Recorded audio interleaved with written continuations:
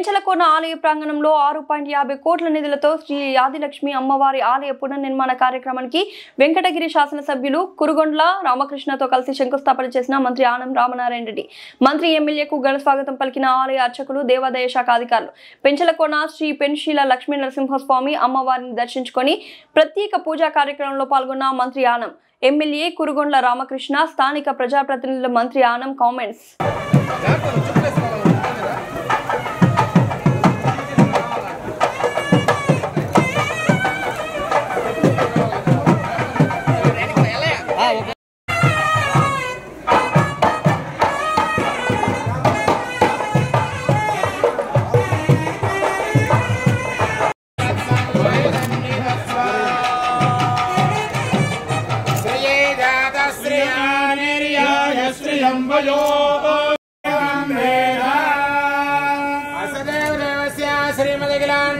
ब्रह्मांड नायकस्य आश्रित परिपालकस्य अत्यावतार स्वरूपिणः अग्रहेय प्रत्यनीक कल्याण विषयान स्वेतर समस्त वस्तु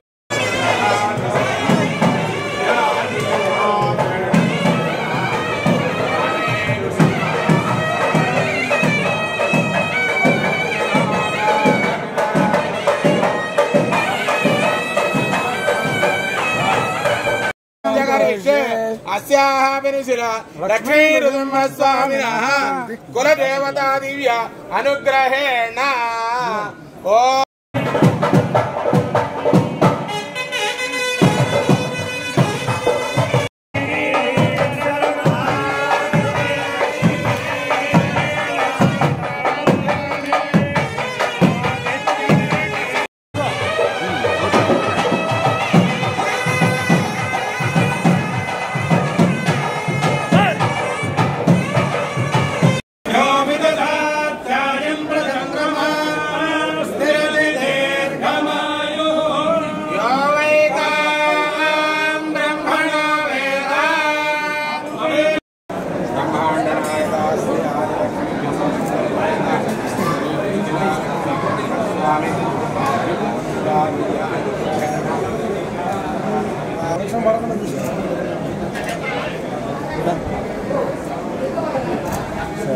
भक्ति प्रभाव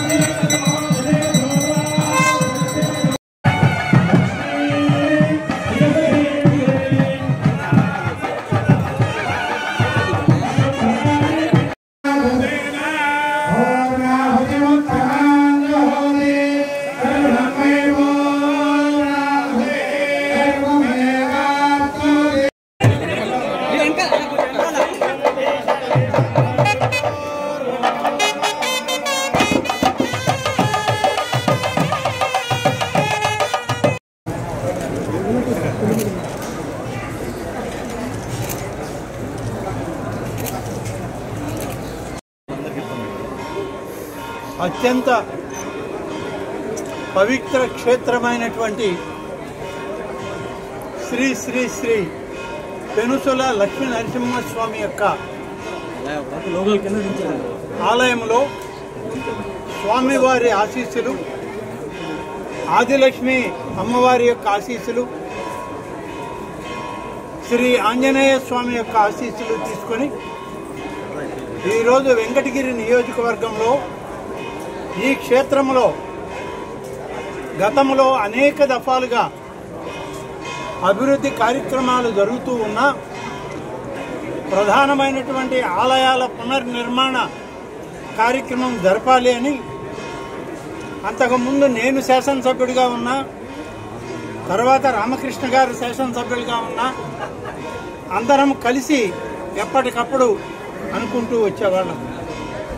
పోయిన బ్రహ్మోత్సవాల సమయంలో, రాబోయేటువంటి బ్రహ్మోత్సవాల సమయానికంతా మొట్టమొదటగా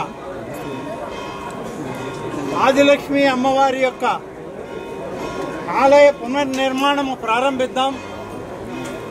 దాని తరువాత శ్రీ శ్రీ శ్రీ లక్ష్మీ నరసింహస్వామి యొక్క ఆలయాన్ని, దాని కార్యక్రమాన్ని కూడా ప్రారంభిద్దామని చెప్పి అనుకోవడం జరిగింది. అనుకున్నదే తడువుగా దేవాదాయ శాఖ రాష్ట్ర ప్రభుత్వంలో గౌరవ ముఖ్యమంత్రి శ్రీ నారా చంద్రబాబు నాయుడు గారికి ఈ క్షేత్రం అంటే అత్యంత పవిత్రమైనదిగా ఆయన పూజించే, అభిమానించే ఈ క్షేత్రంలో అభివృద్ధి జరగాలి అని చెప్పి ఆయన పదే పదే మాకు ఆదేశాలు ఇస్తూ వచ్చారు. ఈ సందర్భంలో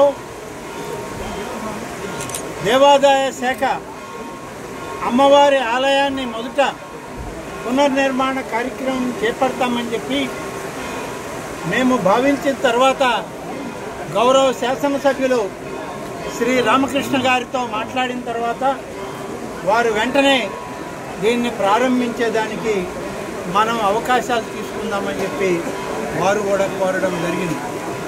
ఈరోజు అదేవిధంగా రాపూర్ మండలంలోని పెంచలకోన క్షేత్రంలో పెనుసుల లక్ష్మీ నరసింహస్వామి యొక్క ఆలయ ప్రాంగణంలో ఉన్నటువంటి ఆదిలక్ష్మి అమ్మవారి యొక్క ఆలయం గతంలో చిన్నదిగా ఉన్నది. అదేవిధంగా ఈ ఆలయం అటవీ శాఖ అధీనంలోకి పోయిన కొంత స్థలంలో ఉండడం చేత అభివృద్ధి చేయలేకపోయాం. తర్వాత అటవీ శాఖ అధికారులందరితో మాట్లాడి పూర్వపు ఈ క్షేత్రంలో ఉన్నటువంటి చైర్మన్గా పనిచేసినటువంటి తిరుపాల్ రెడ్డి గారు అటవీ శాఖ అధికారులందరినీ అప్పుడు మా సూచనల మేరకు వారందరినీ కూడా తీసుకొచ్చి సర్వే చేయించాక ఆలయంలో ఇంకా చాలా భూమి ఉంది, ఇది అటవీ శాఖకు పొరపాటున పోయింది, తిరిగి దాన్ని మళ్ళీ మనం తెచ్చుకోవడం జరిగింది.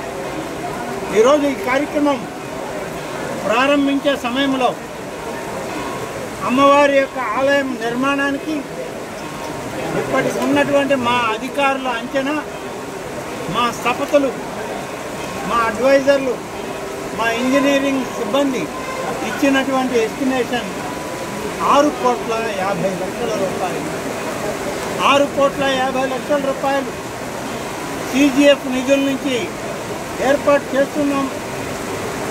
ఆలయ నిధుల నుంచి 2,16,00,000 రూపాయలు ఆలయ నిధుల నుంచి కూడా చెల్లించడం జరుగుతుంది. మొత్తం మీద 6,50,00,000తో ఆలయ పునర్నిర్మాణ కార్యక్రమం ఇవాళ మొదలుపెట్టాం. ఆ యొక్క దేవలోకంలో ఉన్నటువంటి అష్టదిక్పాలకులు, దేవతలు అందరూ ఈ శుభ సమయంలో వరుడిని ముందు పెట్టి వర్షిస్తూ స్వాగతం పలుకుతూ ఆదిలక్ష్మి సమేత చింతలక్ష్మి సమేత నృసింహస్వామి యొక్క కార్యక్రమాన్ని విజయవంతం కావాలని చెప్పి ఇంత పెద్ద ఎత్తున వర్షాన్ని కూడా కురిపించి ఆశీర్వదించడం జరుగుతుంది. ఇది ఈనాటి కార్యక్రమం. దీనితో పాటు వెంకటగిరి నియోజకవర్గంలో ఇప్పటికే అనేక ఆలయాల పట్ల శాసనసభ్యుల కోరిక మేరకు కార్యక్రమాలు చేపడుతూ ఉన్నాం. మొన్న ఇటీవలే జరిగినటువంటి పోలేరమ్మ వారి యొక్క జాతరలో అక్కడ ధ్యాన మందిరానికి శంకుస్థాపన చేసి నిధులు ఇవ్వడం జరిగింది. బాలాయపల్లి మండలంలో యాచవరం దేవాలయానికి నిధులు ఇవ్వడం జరిగింది. ఇవన్నీ కూడా పనులు ప్రారంభమయ్యాయి, పనులు జరుగుతూ ఉన్నాయి. ఇవాళ మీ అందరికీ ఒక విషయం చెప్పాలి. కూటమి ప్రభుత్వం వచ్చాక చంద్రబాబు నాయుడు గారు ముఖ్యమంత్రిగా, పవన్ కళ్యాణ్ గారు ఉప ముఖ్యమంత్రిగా, శ్రీ నారా లోకేష్ గారు యువ నాయకుడిగా మా అందరికీ ఇచ్చేటువంటి సూచనల మేరకు దేవాదాయ శాఖని ప్రక్షాళన చేయడమే కాదు, ఆధ్యాత్మిక ఆంధ్రప్రదేశ్గా దీన్ని తీర్చిదిద్దడానికి ఇప్పటికే మా శాఖలో మేమందరం పనిచేస్తున్నాం. అందరూ శాసనసభ్యుల్ని సమన్వయం చేసుకున్నాం. అందరితో ఆలోచించి చేసి ఈరోజు ఉమ్మడి నెల్లూరు జిల్లాలో 141 ఆలయాల్లో ధూపదీప నైవేద్యాలకి నెలకు 10,000 రూపాయలు ఒక్కొక్క ఆలయానికి ఇప్పుడు కొత్తగా మంజూరు చేసి ఇస్తా ఉన్నాం. దీనితో పాటు గతంలో ఉన్నటువంటి ఆలయాలతో పాటు వీటన్నిటినీ కూడా కలిపాం. అలాగే ఇవాళ మన మంత్రివర్లకి ధన్యవాదాలు తెలియజేస్తూ ఈరోజు ఒక అదృష్టంగా భావిస్తూ ఉన్నాం.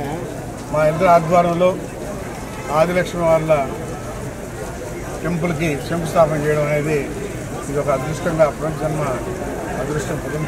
అదృష్టంగా భావిస్తూ, అదేవిధంగా ఈ టెంపుల్ని ఇంకా కూడా మంత్రి గారు కానీ ముఖ్యమంత్రి గారి దృష్టిలో కూడా పెట్టి ఇంకా బాగా డెవలప్ చేయాలనే కాన్సెప్ట్తో ఉన్నాం.